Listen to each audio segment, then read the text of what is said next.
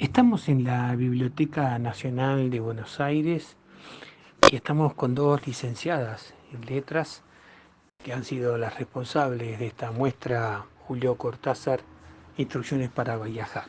Entonces les quería preguntar a Eugenia Santana y a Solana Schwartzman cuál ha sido el proceso creativo de Julio Cortázar y cuáles han sido las primeras experiencias que tuvieron ustedes en el encuentro con Cortázar. Bueno, él escribe su primera novela a los 8 años. Es una novela que intenta destruir.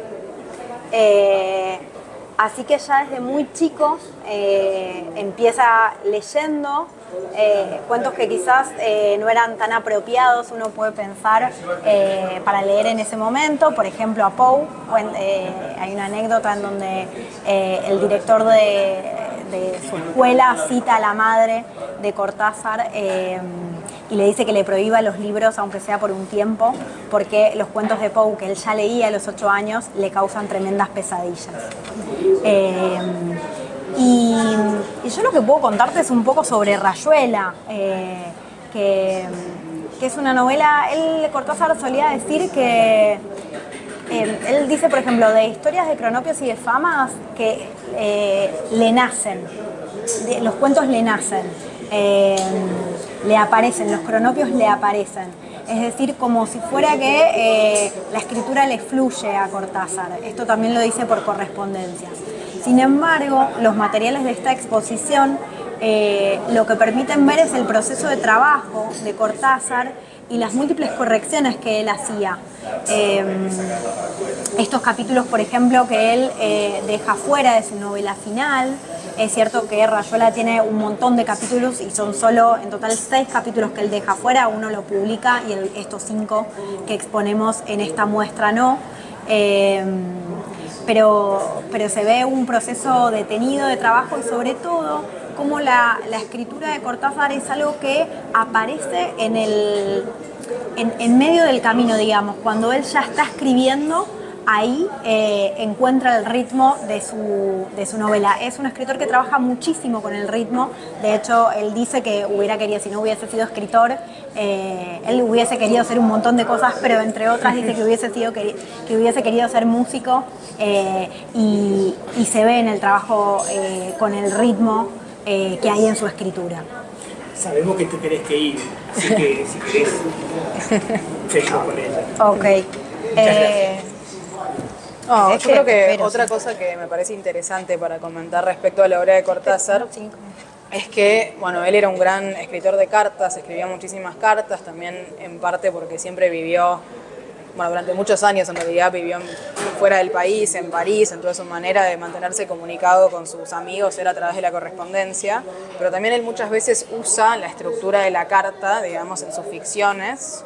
Hay un caso bastante particular que de hecho se llama el extraño caso criminal de la calle Ocampo, que está expuesto en la vitrina de correspondencia mecanografiada, donde con varios amigos en una reunión conciben un cuento coral que escriben de a varios. Esto estaba inédito hasta que apareció Papeles Inesperados de Cortázar. Y bueno, y ahí se nota cómo él usa la estructura de la carta para darle sentido a un relato que es una especie de relato policial, donde hay un misterio a resolver por todos los presentes, digamos que son sus amigos.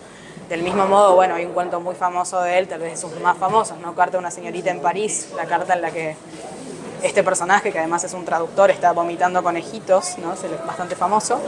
Y también, ¿cómo se llama? Cartas a mamá. Sí.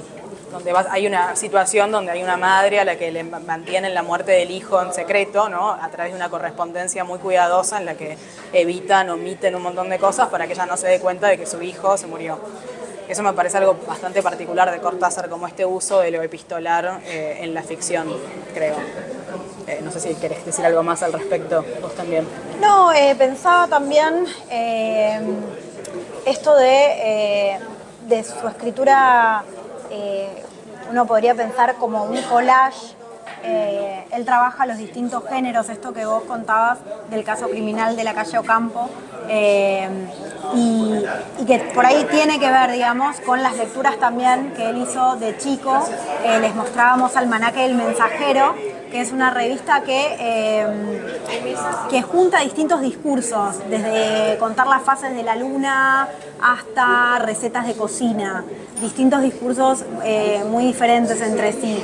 Esto es algo que, además del trabajo con la imagen, de lo que Cortázar se apropia, que toma y que se puede ver en su literatura. ¿Te recordás cuál fue lo primero que leíste de Cortázar? Yo creo que lo primero que leí de Cortázar fue Carta a una señorita en París, en una clase de literatura del colegio, cuando tendría 12 o 13 años, creo que 13 más bien, porque ya estaba en el colegio. Tenía un profesor muy entusiasta de Cortázar que le encantaba la literatura fantástica y creo que esa es una puerta de entrada muy frecuente a la obra de Cortázar. Porque un poco cuando pensamos esta muestra, lo que pensábamos es que realmente Cortázar está en todas las currículas escolares argentinas, es un escritor ya muy canónico para nosotros, es muy difícil salir del colegio, digamos, sin haber leído por lo menos algún que otro cuento de Cortázar, digamos, no así Rayuela, tal vez que quedó más olvidada, ¿no? Como lo que había sido una gran revolución cuando apareció, es lo que ahora queda más como tal vez como oculto o oblicuo en relación a la obra de él, ¿no? Lo que más nos importa son sus cuentos y los leemos con muchísimo fervor. Y creo que es una puerta de entrada para la literatura, para muchos chicos también, ¿no? Como empezar con Cortázar y decir, bueno, te esperan grandes cosas, digamos, y empezás por ahí, básicamente. ¿Y tú? ¿Qué fue lo que primero leíste? Lo primero que leí creo que fue Casa Tomada. Me acuerdo la sensación. Me acuerdo que me pareció un cuento espectacular y que no lo conocía Cortázar y la impresión que me dio. Y después también me acuerdo, pero muchos años después, cuando leí Rayuela, que es verdad lo que dice Euge, que quizás no ha quedado, digamos, dentro del canon de la literatura argentina como sí los cuentos, pero es una novela que uno no olvida, que cuando la leyó, digamos, realmente te toca. Y también me acuerdo de la sensación cuando leí Historia de Cronopios y de Famas e incluso el manual de instrucciones, las instrucciones para llorar. Era chica, no era tan grande, y me acuerdo divertirme y ver un escritor que se divertía cuando lo escribía. Creo que a los que nos gusta leer y que también nos gusta escribir, vieron que es muy común copiar la escritura de Cortázar, es algo muy común también en talleres literarios y que en general a chicos y a jóvenes se les da muy fácil porque tiene un estilo muy marcado. Entonces no solo Cortázar es una puerta de entrada para leer a un montón de autores, sino también que tiene un estilo tan pegadizo y tan fuerte que dan ganas de escribir. Y eso también me parece muy interesante. Les agradezco mucho, Bueno, Gracias a vos. Yo he vivido en Europa y nunca me sentí exilado porque era una decisión personal. Yo podía volver a mi patria cuando quería. Desde hace 5 años no puedo volver. Desde hace 5 años soy un exilado como todos los demás. Pero el exilio es doble. El exilio físico, bueno, es mi problema. Yo lo puedo tomar bien, lo puedo tomar mal, pero es mi problema personal. Lo que es terrible es el exilio cultural. El hecho de que la Junta de Videla en la Argentina haya prohibido la publicación de mi último libro de cuentos, porque en ese libro había 2 cuentos que les molestaban, eso significa un exilio cultural, es decir, 22 millones de compatriotas míos se han visto privados de leerme.